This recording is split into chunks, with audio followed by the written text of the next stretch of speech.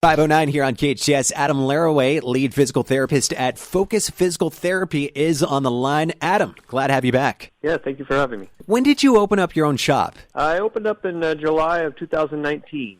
So recently. And Yeah. before that, how long had you been practicing? So I've been practicing for 21 years. My first job was at UCLA. I was there for about 3 years. It was a great experience.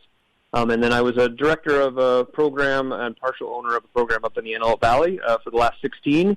But I've lived down here in Santa Clarita for the last 14 and just decided it was time to get back involved in my community and be more involved and be able to give back and get more involved, help more people. I have a couple friends, big, tall volleyball players, football players, gruesome injuries back in high school. So it held them back athletically, but it opened their eyes to this whole physical therapy space. And inevitably, that's the professional path they took. What was it for you?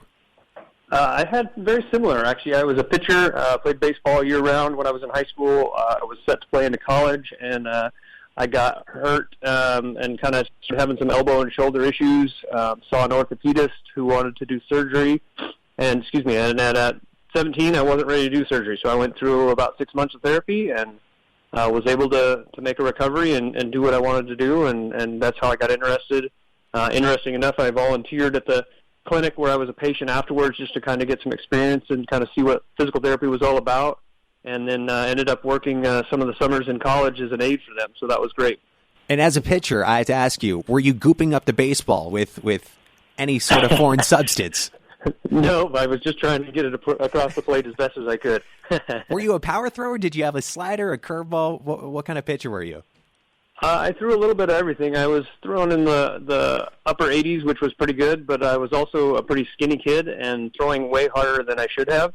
And so eventually I think that's why it caught up with me. I just wasn't strong enough to be throwing as hard as I was throwing, and yeah, it eventually caught up with me. I did throw a knuckleball, had a little bit of a curveball, and definitely my fastball. What do you say to parents of kids who are pitchers and they're 8 years old throwing curveballs and knuckleballs? Does that mess with their body, or is that kind of just an urban legend? No, it is. It's definitely a challenge for them. They're still growing, especially at 8 years old, especially. They're getting ready to start puberty in the next couple of years. And so, really getting the mechanics down is really important, making sure they have stability not only in their shoulder but also in their core and their hip, because a lot of that force comes from their legs. And so it's really important for them to have kind of overall strength. It's kind of interesting, we're seeing a lot, and there's a lot of discussion in our community right now, physical therapy community, of whether or not, playing a sport year-round is the best option. And when I was younger, I played football, I played basketball, I played baseball, and so, the sports changed, and obviously your movement patterns and your activities and the muscles that you were using were changing, and now, kids are so specialized into one sport, and I think that's why we're seeing, some younger injuries than we had seen in the past. I actually just rehabbed a patient that was 15 who had Tommy John, which that's the youngest I've seen, and that's definitely what you see more in the majors and in college than you do in a 15-year-old. The great news was they did fabulous, and they're back to playing and doing everything they want to do. But I kind of wonder, if some of that, early on, too much specialization in one of the sport kind of gets them into the trouble. Man, Tommy John at 15, man. Yeah. Focus Physical Therapy in Newhall off of Lyons in Peachland Avenue, treating it all from headaches and neck pain to knee, ankle, and feet pain, everything in between. What is the most risky ailment to let go untreated, to let linger?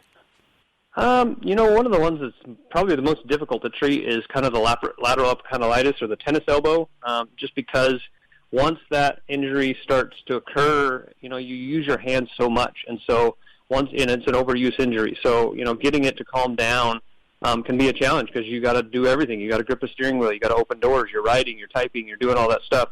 And so that one is definitely a tricky injury to get to calm down and get to heal. Adam Laraway, Focus Physical Therapy. I'm glad you're joining us today, because I'm watching the NBA playoffs recently, and I see Chris Paul, point guard for the Suns, on the court, and he's got an injured shoulder. And one of the reasons he's able to play is because he's got this special tape on his back. It's wrapped around his shoulder blade. To me, it always seemed like a bit of a racket, but evidently it works. What is KT tape, and what is the magic inside of it, and how does it work? So KT tape is a specific brand of tape. There's the general term for it is kinesiology tape. and it's been around for 30, 40 years. There's obviously different companies that produce that tape, and KT is one of those. But it works for a few things. You can use it to kind of try and support, either the joint or the muscle that you're trying to work on. There's different taping techniques we do to kind of give support. I use it a lot and have great success with it. You can kind of help with some tracking issues for, say, like a knee, like patellofemoral. The thing I like the best about it is it's not restrictive, so it still allows all the motion and stuff that you do, but it kind of just helps the body kind of facilitate whatever movement pattern that we're trying to correct. And, you can wear it for 4 or 5 days. You can shower with it. It's cloth. It's breathable. It actually has some kind of striations underneath it so that it pulls in different directions based on how you tape and how you lay it down. And so that can have benefits of kind of lifting up the skin, helping with lymphatic drainage. If there's a lot of toxins and stuff that are kind of built up. It's really cool when you see a patient that has either just had a surgery or a huge bruise. We do a basket weave technique, and if you take the tape off, 24 to 48 hours later, when you take it off, where the tape was, the bruising is either improved or gone. So we definitely can see that's kind of a cool thing to be able to see, the benefits of it and how quickly it can work. What about cupping? I see a lot of swimmers at the Olympics with these big circles on their back and on their arms. Does that work? I haven't done any cupping. I know they do have some continuing education courses for that. I do have patients that use it on their own and have had great success with it. The idea is it's bringing blood flow to the area, similar to, say, like, if you used like a Tiger Balm or a Icy Hot or one of those type of things, BioFreeze.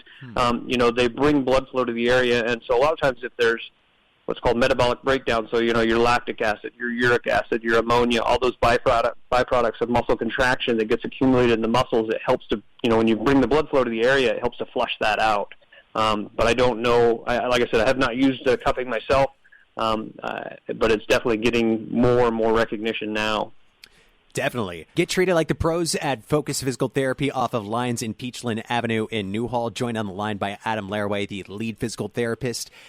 Sort of leading us into a new era of soft tissue rehab, and it's all with the help of the Newbie. What is this technological breakthrough that you guys have? Yeah, so the Newbie is a really cool piece of equipment. It was developed and approved by the FDA in 2017. It's direct current stimulation, so it's different than, like, say, your TENS unit or your interferential unit. We use it in a lot of different modality-wise. We basically use it to map the neurological system, and it mimics the nervous system. So wherever your body is sending a signal that's causing a restriction or a pain or inhibition, when we map over those spots, the intensity goes up, and so we know that's where your brain is sending that signal. Once we map a couple spots, we put some electrodes on there, and then we go through movement patterns to get your brain to shut off those inhibitions or those restrictions. And what's really cool about it is sometimes where the pain isn't necessarily where the problem is. And I think that's sometimes why maybe physical therapy or chiropractic or acupuncture may not be as successful as we'd like, is because, we're going after the pain, but you really got to go after the underlying problem. And hopefully with our assessment techniques, we're figuring that out. But the Newbie definitely kind of gives us that cheat, so to speak, to really map the system and figure out where that problem is. And there's not a lot of offices, at least around here, that have one, right? Right. Yeah, there's only about 5 of us in California right now that have it, and have gone through the certification to use it. I'm the only one in Santa Clarita, and it's been a lot of fun seeing people and helping them with their successes to get back to what they want to do. And speaking of sleep and neck pain, how many pillows are you sleeping with at night? How many is too many? I usually recommend 1. Your spine has a normal curvature to it, and depending on whether you're a side sleeper versus a back sleeper versus a stomach sleeper, you want your spine to be pretty much in a neutral position. Obviously, you're sleeping, and so you get into whatever position that you are while you're sleeping. But if you've got your head flexed forward too much or too much to the side, and not filling in those little curvatures or little spaces, then you're putting some strain on those ligaments and tendons that run along your spine. And, that can definitely put some strain and make you wake up with a kind of a stiff neck, that type of stuff. There you have it. Adam Laraway, lead physical therapist at Focus Physical Therapy, former high school baseball standout, a pitcher, and he did it all without goop. Learn more about who they are, what they treat, and how they treat it at FocusPhysicalTherapySCV.com. And of course, offices off of Lyons in Peachland and Newhall. Adam, thanks so much for coming on, man. Thank you very much. Appreciate it.